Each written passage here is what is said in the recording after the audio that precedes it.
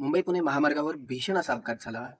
Fortuner car आहे ना, ती पाठीमागून टेम्पोला जाऊन धडकली आणि त्यानंतर आतमधले जे काही तरुण होते, म्हणजे युवा तरुण नेते आहेत वाकडचे, आणि त्यांचा दुर्दैवी असा त्याच्यामध्ये जीव गेला. इथे आपण जर व्यवस्थित बघितलं ना, तर या अपघातामध्ये फॉर्च्युनरचं जे स्पीड आहे ना, ते खूप जास्त असल्यामुळे समोरचा जो टेम्पो आहे त्याला धडकले गेले. कारण त्या फॉर्च्युनरच्या स्पीडमध्ये अक्षरशः टेम्पो देखील पलटी झाला आहे. आणि इथे महत्वाचं आता काय आहे, तर महत्वाचं असं आहे, 4 लेन आहेत. पहिल्या 2 लेन ज्या आहेत ना, त्या ऑलरेडी बंद आहेत. म्हणजे लाल कलरच्या ज्या फुल्या आहेत, त्या फुल्या आपण बघू शकतो. तिथे लाल कलरच्या फुल्या आहेत. म्हणजे त्या 2 लेन ऑलरेडी बंद आहेत. समोर काहीतरी काम सुरू आहे किंवा एखादी गाडी बंद पडलेली आहे. कारण त्याच्या पाठीमागे जर आपण बघितलं, तर हायवेची देखील गाडी दिसते. आणि बाजूला जर बघितलं तर फक्त 2 लेन सुरू आहेत. 2च लेन जे आहेत ना, त्याचे ग्रीन जे आहेत ते बाण दाखवत आपल्याला.